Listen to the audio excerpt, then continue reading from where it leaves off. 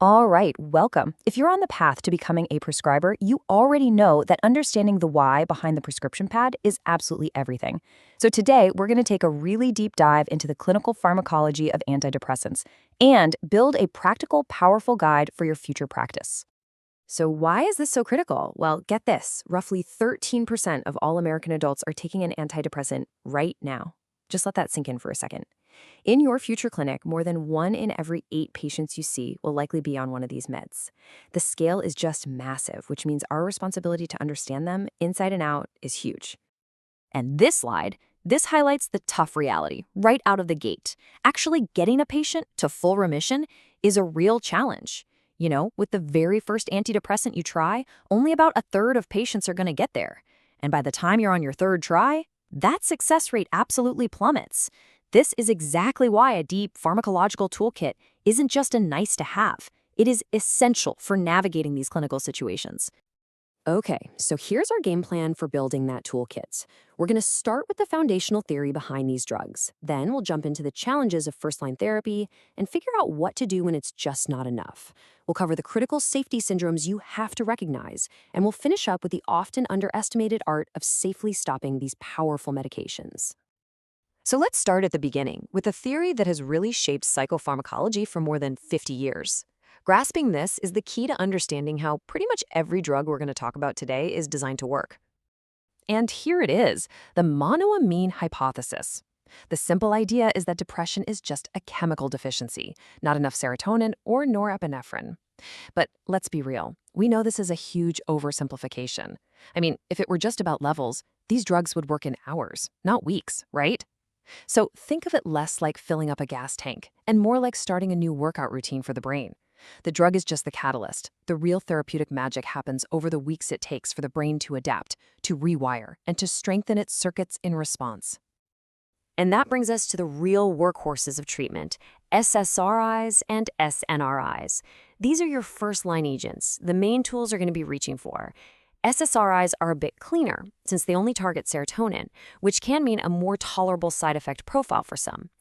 SNRIs, on the other hand, hit both serotonin and norepinephrine, which can be more activating, sometimes great for patients with low energy, but might also carry risks like an increase in blood pressure. That choice between them, that's one of your first big clinical decisions. Okay, so let's really unpack that therapeutic delay. Why on earth does it take so long? Well, when you give an SSRI, it immediately blocks the serotonin reuptake pump. But here's the twist. At first, serotonin only builds up around the neuron's cell body. This flood of serotonin hits a set of what I call emergency brakes, these 5-HT1A autoreceptors, which basically tell the neuron, whoa, way too much, slow down the firing. It's a safety mechanism. But over the next 2 to 4 weeks, the brain kind of realizes, okay, this is the new normal, and it starts to remove those brakes. It downregulates the autoreceptors. And once those brakes are off, the neuron is finally free to fire like it's supposed to, releasing that flood of serotonin at the axon terminal right into the synapse, where it can finally have its antidepressant effect.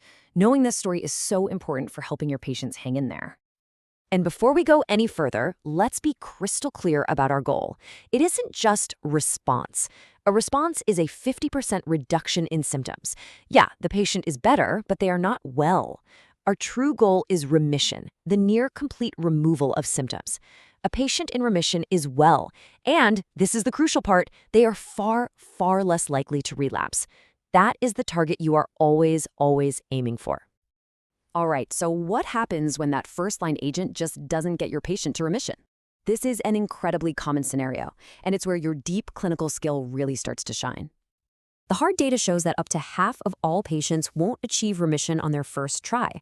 This brings you to a huge fork in the road as a clinician. Do you switch to a different drug entirely, or do you augment, add a second medication to boost the effects of the first one? The right answer? Well, it depends. On things like whether there was any partial response, what the side effect burden looks like, and of course, what your patient prefers. Now, if you do choose to augment, you've got several really good evidence-based options. Atypical antipsychotics like aripiprazole often work by tweaking dopamine and different serotonin receptors, which creates a really powerful synergy with the main SSRI.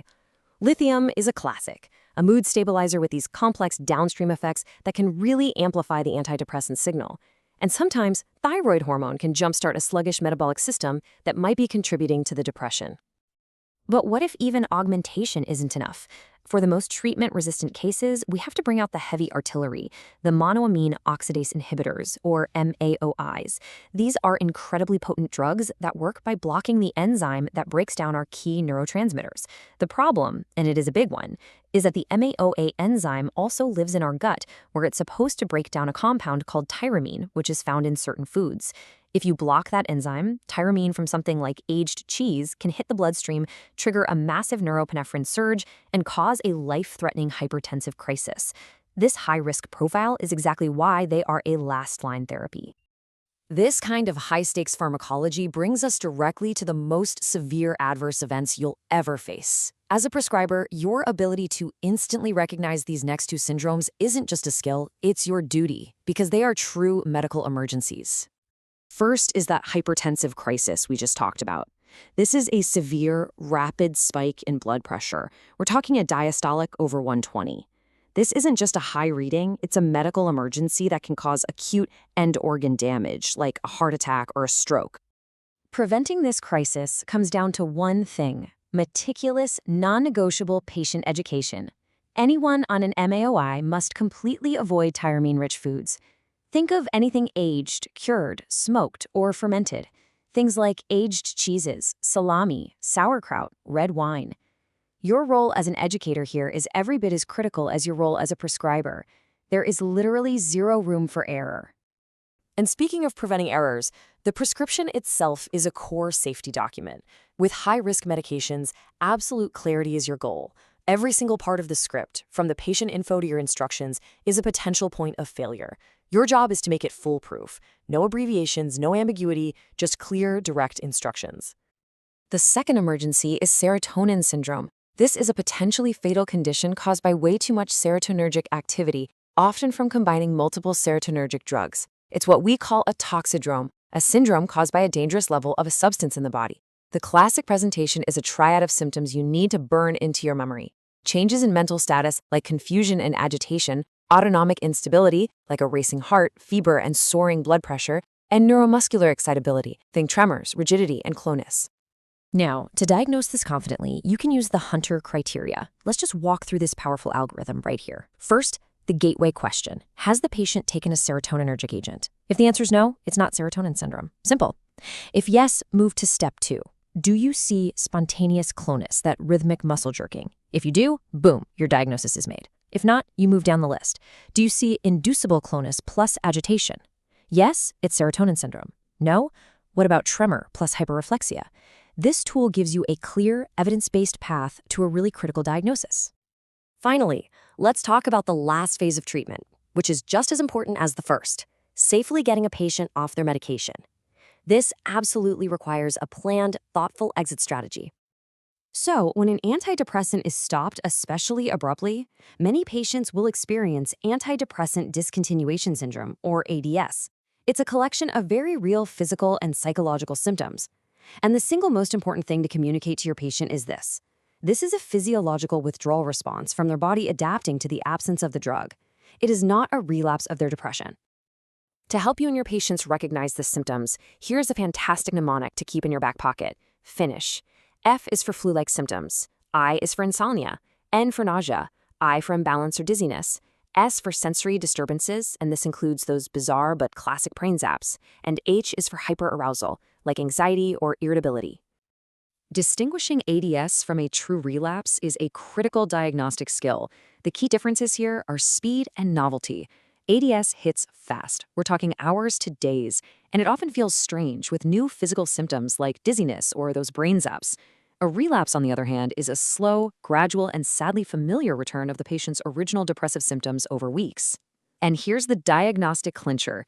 Restarting just a tiny dose of the medication will often resolve ADS symptoms super quickly, while the true relapse would require weeks of full-dose treatment to get better.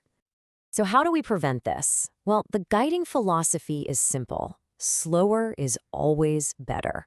While there's no single perfect protocol, a really safe, conservative approach is to reduce the dose by about a quarter, hold that for 4 weeks to let the nervous system adapt, monitor them closely, and then repeat. And remember, this is drug-specific. A short-acting drug like paroxetine needs a much slower, more cautious taper than a long-acting one like fluoxetine, which almost tapers itself because its half-life is so long. And this brings us right to the edge of the future. I mean, for half a century, our whole story has been about monoamines. But now, with these novel agents like esketamine targeting the glutamate system and brexanolone targeting GABA, the entire story is changing. So I'll leave you with this question. Are we finally moving past a symptom-based approach and entering a new era of treating the underlying diverse neurobiology of depression? Is the age of truly personalized psychiatric medicine finally here? It's an incredibly exciting time to be entering this field.